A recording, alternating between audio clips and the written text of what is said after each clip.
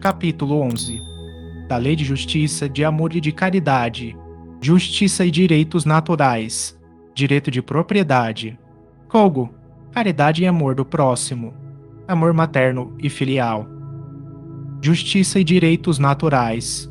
Questão 873. O sentimento da justiça está na natureza, ou é resultado de ideias adquiridas? Resposta: está de tal modo na natureza que vos revoltais à simples ideia de uma injustiça. É fora de dúvida que o progresso moral desenvolve esse sentimento, mas não o dá. Deus o pôs no coração do homem. Daí vem que, frequentemente, em homens simples e incultos se vos deparam noções mais exatas da justiça do que nos que possuem grande cabedal de saber. Questão 874. Sendo a justiça uma lei da natureza, como se explica que os homens a entendam de modos tão diferentes, considerando justo que a outros parece injusto? Resposta: é porque a esses sentimentos se misturam paixões que o alteram, como sucede à maior parte dos outros sentimentos naturais, fazendo que os homens vejam as coisas por um prisma falso. Questão 875. Como se pode definir a justiça? Resposta: a justiça consiste em cada um respeitar os direitos dos demais. Questão 875-A. Que é o que determina esses direitos? Resposta: duas coisas, a lei humana e a lei natural. Tendo os homens formulado leis apropriadas a seus costumes e caracteres, elas estabeleceram direitos mutáveis com o progresso das luzes. Pede-se hoje as vossas leis, aliás imperfeitas, consagram os mesmos direitos que as da Idade Média. Entretanto, esses direitos antiquados, que agora se vos afiguram monstruosos, pareciam justos e naturais naquela época. Nem sempre, pois, é acorde com a justiça o direito que os homens prescrevem. Ademais, este direito regula apenas algumas relações sociais, quando é certo que, na vida particular, há uma imensidade de atos unicamente da alçada do Tribunal da Consciência. Questão 876. Posto de parte o direito que a lei humana consagra, qual a base da justiça, segundo a lei natural? Resposta: disse o Cristo, queira cada um para os outros o que quereria para si mesmo. No coração do homem imprimiu Deus a regra da verdadeira justiça, fazendo que cada um deseje ver respeitados os seus direitos. Na incerteza de como deva proceder com o seu semelhante em dada circunstância, trate o homem de saber como quereria que com ele procedessem em circunstância idêntica. E é mais seguro do que a própria consciência não lhe podia Deus haver dado. Efetivamente, o critério da verdadeira justiça está em querer cada um para os outros o que para si mesmo quereria e não em querer para si o que quereria para os outros, o que absolutamente não é a mesma coisa, não sendo natural que haja quem deseje o mal para si, desde que cada um tome por modelo seu desejo pessoal. É evidente que nunca ninguém desejará para os seus semelhantes senão o bem. Em todos os tempos e sob o império de todas as crenças, sempre o homem se esforçou para que prevalecesse o seu direito pessoal. A sublimidade da religião cristã está em que ela tomou o direito pessoal por base do direito do próximo. Questão 877. Da necessidade que o homem tem de viver em sociedade, nascem-lhe obrigações especiais? Resposta: certo, e a primeira de todas é a de respeitar os direitos de seus semelhantes. Aquele que respeitar esses direitos procederá sempre com justiça. No vosso mundo, porque a maioria dos homens não pratica a lei de justiça, cada um usa de represálias. Essa é a causa da perturbação e da confusão em que vivem as sociedades humanas. A vida social outorga direitos e impõe deveres recíprocos. Questão 878. Podendo o homem enganar-se quanto à extensão do seu direito, que é o que lhe fará conhecer o limite desse direito? Resposta: o limite do direito que, com relação a si mesmo, reconhecer ao seu semelhante em idênticas circunstâncias e reciprocamente. Questão 878-A. Mas se cada um atribuir a si mesmo direitos iguais aos de seu semelhante, que virá a ser da subordinação aos superiores, não será isso a anarquia de todos os poderes? Resposta: os direitos naturais são os mesmos para todos os homens, desde os de condição mais humilde até os de posição mais elevada. Deus não fez uns de limo mais puro do que o de que se serviu para fazer os outros, e todos, aos seus olhos, são iguais. Esses direitos são eternos. Os que o homem estabeleceu perecem com as suas instituições. Ademais, cada um sente bem a sua força ou a sua fraqueza e saberá sempre ter uma certa deferência para com os que o mereçam por suas virtudes e sabedoria. É importante acentuar isto para que os que se julgam superiores conheçam seus deveres, a fim de merecer essas deferências. A subordinação não se achará comprometida quando a autoridade for deferida à sabedoria. Questão 879. Qual seria o caráter do homem que praticasse a justiça em toda a sua pureza? Resposta: o do verdadeiro justo, a exemplo de Jesus, porquanto praticaria também o amor do próximo e a caridade, sem os quais não há verdadeira justiça. Direito de propriedade. Fogo. Questão 880. Qual o primeiro de todos os direitos naturais do homem? Resposta: o de viver. Por isso é que ninguém tem o de atentar contra a vida de seu semelhante, nem de fazer o que quer que possa comprometer-lhe a existência corporal. Questão 881. O direito de viver dá ao homem o de acumular bens que lhe permitam repousar quando não mais possa trabalhar? Resposta: dá, mas ele deve fazê-lo em família, como a abelha, por meio de um trabalho honesto e não como egoísta. Há mesmo animais que dão exemplo de previdência.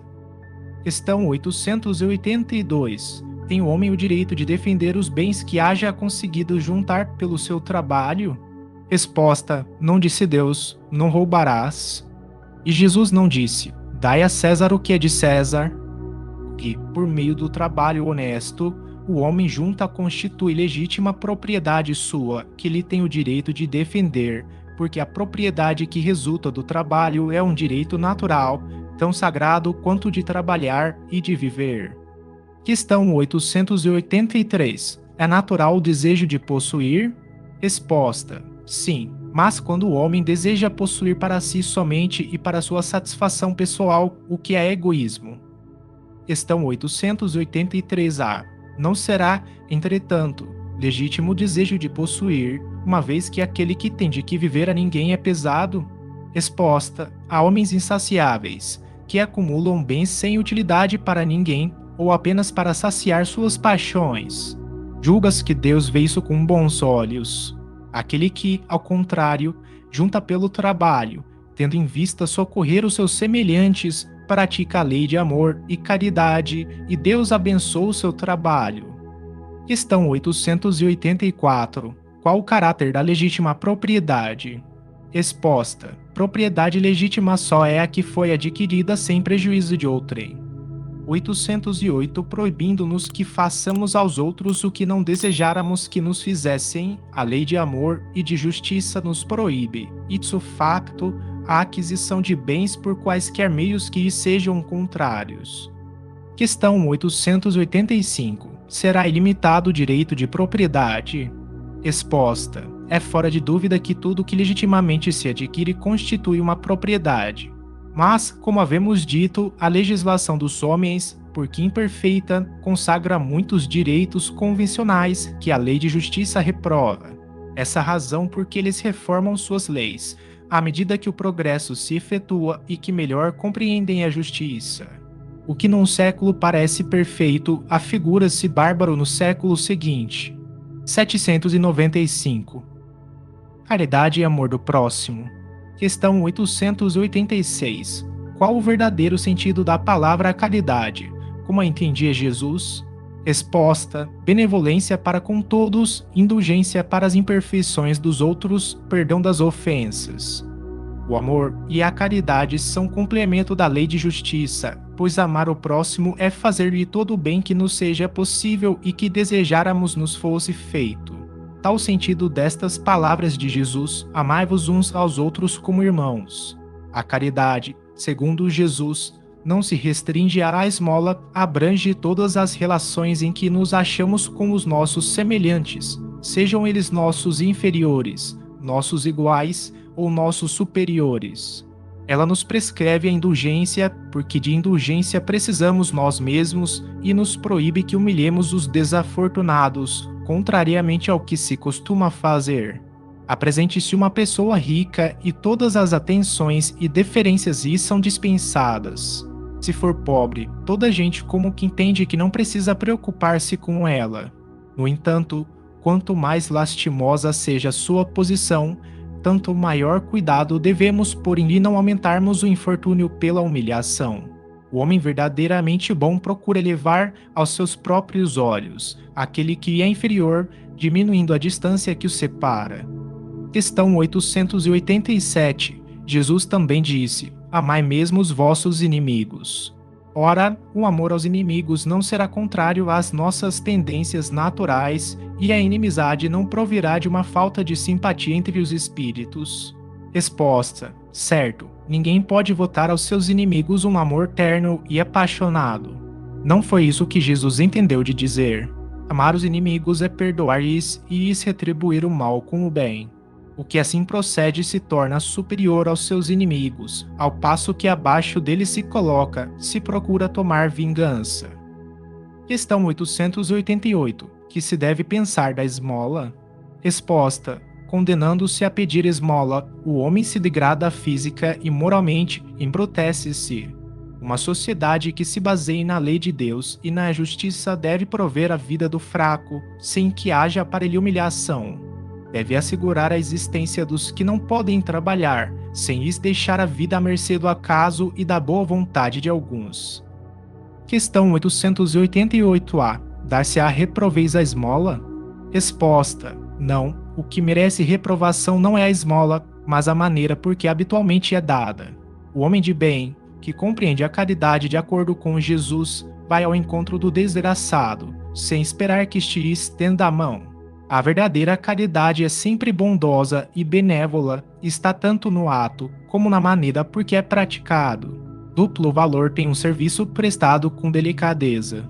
Se o for com altivez, pode ser que a necessidade obrigue quem o recebe a aceitá-lo, mas o seu coração pouco se comoverá.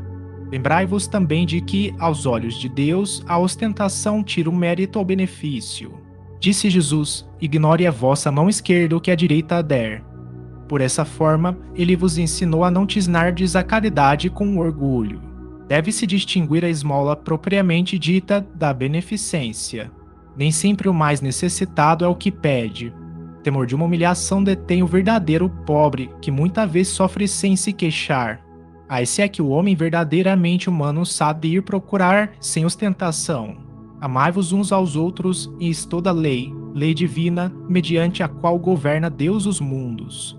O amor é a lei de atração para os seres vivos e organizados. A atração é a lei de amor para a matéria inorgânica.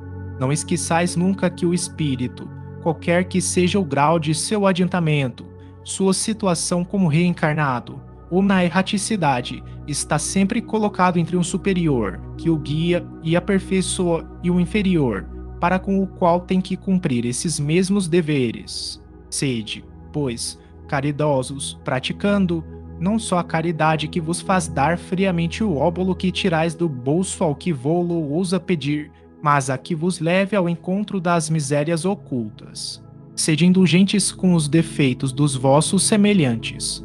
Em vez de votardes desprezo à ignorância e ao vício, instruí os ignorantes e moralizai os viciados. Sede brandos e benevolentes para com tudo que vos seja inferior. Seja para com os seres mais ínfimos da criação e tereis obedecido à lei de Deus. São Vicente de Paulo. Questão 889. Não há homens que se veem condenados a mendigar por culpa sua? Resposta: sem dúvida, mas se uma boa educação moral lhes houvera ensinado a praticar a lei de Deus, não teriam caído nos excessos causadores da sua perdição. Disso, sobretudo, é que depende a melhoria do vosso planeta. 707. Amor materno e filial. Questão 890. Será uma virtude o amor materno, ou um sentimento instintivo, comum aos homens e aos animais? Resposta: uma e outra coisa. A natureza deu à mãe o amor a seus filhos no interesse da conservação deles. No animal, porém, esse amor se limita às necessidades materiais, cessa quando desnecessários se tornam os cuidados. No homem, persiste pela vida inteira e comporta um devotamento e uma abnegação que são virtudes. Sobrevive mesmo à morte e acompanha o filho até no além-túmulo. Bem vedes que há nele coisa diversa do que há no amor do animal.